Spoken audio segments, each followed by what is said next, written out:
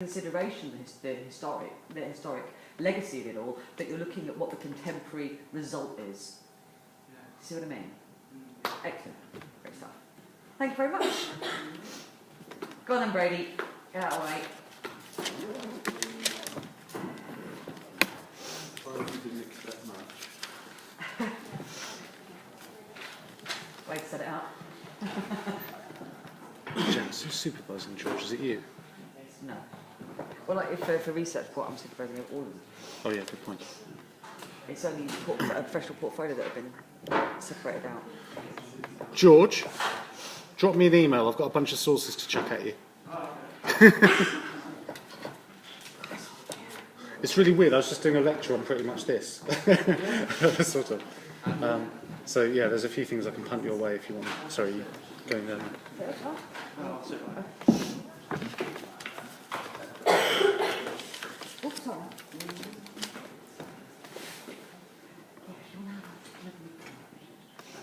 Yeah. Just some really good ideas in there. We seem to just There are a lot more controls up there than I expected. I feel like I can do this so well. Now you can see why we struggle so badly at the beginning of lectures. Terrifying. Emma, are you ready? I'm Brady Prose, and my research report will be on could crowdfunding replace record labels? So why is this a current issue?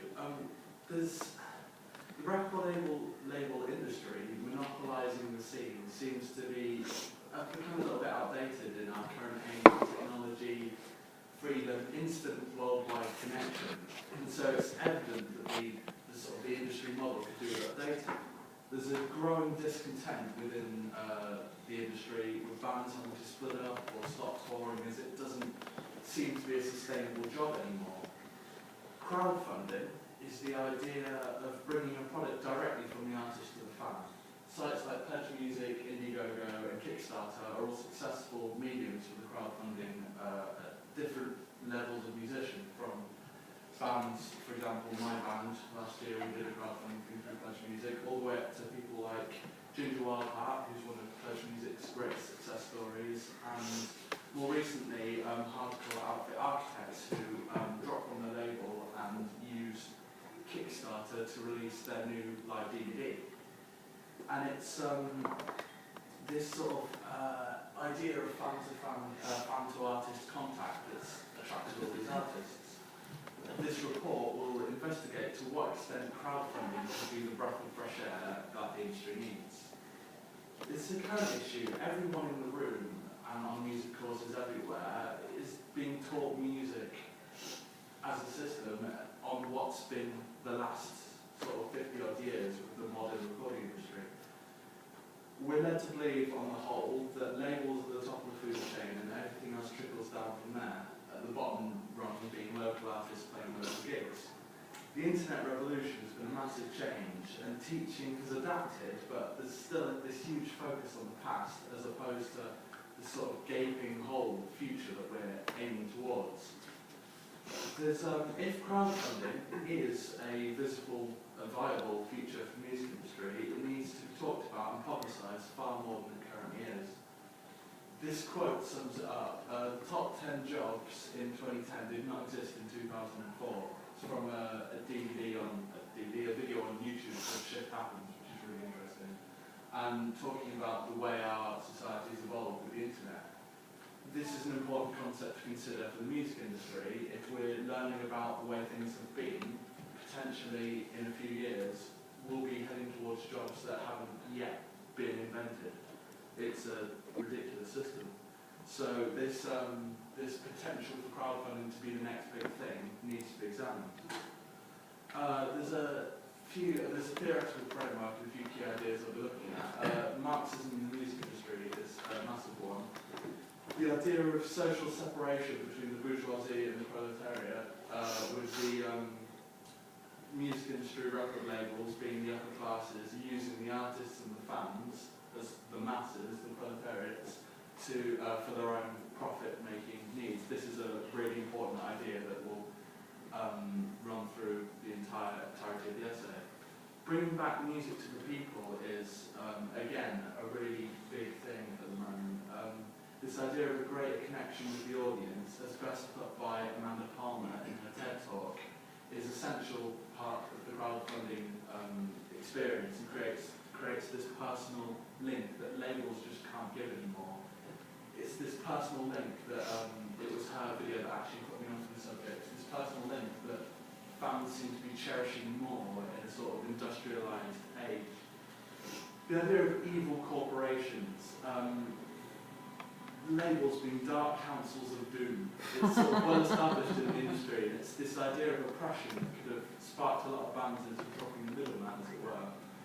This will be an area of research to look into, as it's in its relative infancy compared to a lot of the things we're talking about. And it's currently hanging on a general feeling as opposed to hard facts that I've collated. So again, it'll be talking to people who are in the industry, finding interviews, and first-hand experience will be crucial to this idea. And the power of the internet as well. It allows things to be taken further than ever. So modern-day crowdfunding it's got to have a future, and whether that, if it's not sustainable, then it's not worth doing, essentially, because we need proper solutions to what's going to happen. The sort of structure, I've split it up into sections. Abstract and introduction, obviously these are the abstract, we don't know through this. The first proper section will be the old system, looking at the monopolisation of record labels, how that's come to shape the current music climate. Then moving on to the dawn of crowdfunding and how this is, why it's important, why it's making waves. Again, a focus on this personal connection.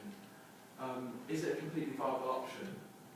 Can crowdfunding replace record labels? Has it got enough different facets to it to keep it relevant for the next however many years? And should it? Is there some good in record labels? Are they a good thing for the scene? This is another important idea, because generally things that become as ingrained in a culture, for example record labels and music culture, there's a reason for it. There's a reason they're at the top of where they are. So, should they be replaced? And are people willing to accept it? New ideas often, when in opposition to things as monolithic as record labels, aren't easily taken to, because it goes against the norm, the accepted idea. So I need to look at whether people are going to be willing to actually take this new idea. Then focus on the Marxist parallels, the ideas between Marxism and crowdfunding, and why could this explain why crowdfunding is becoming so popular, this idea of us against them, and artists siding with the people as opposed to the bourgeois.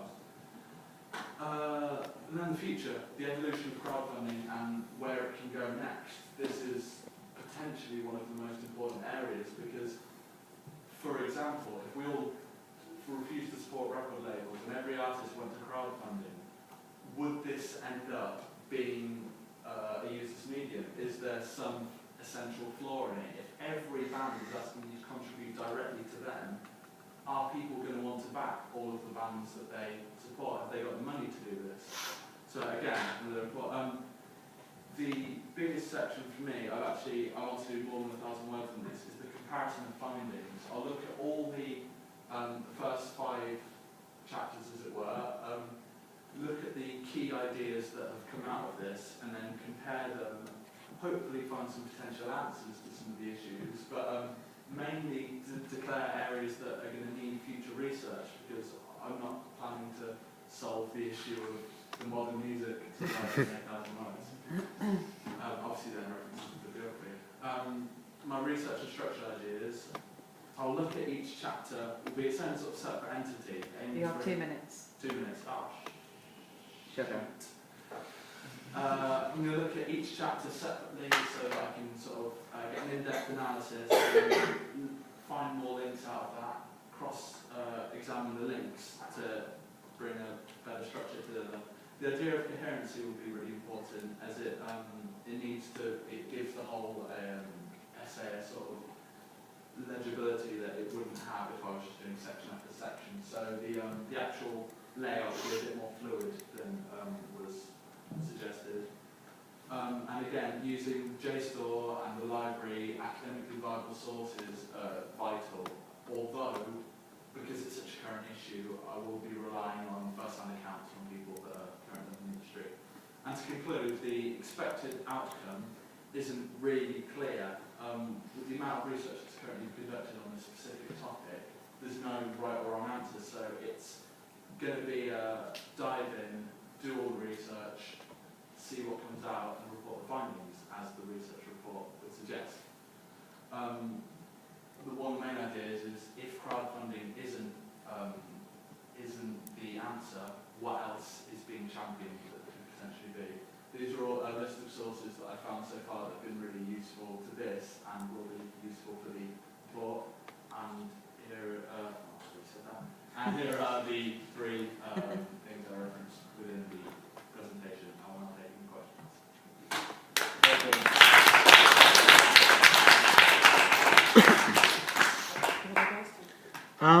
Brady, are you gonna? You sort of alluded to this, but you're gonna do some interviews with people kind of involved in this. I won't spoil the surprise by asking who, but were you at the Dean Friedman talk?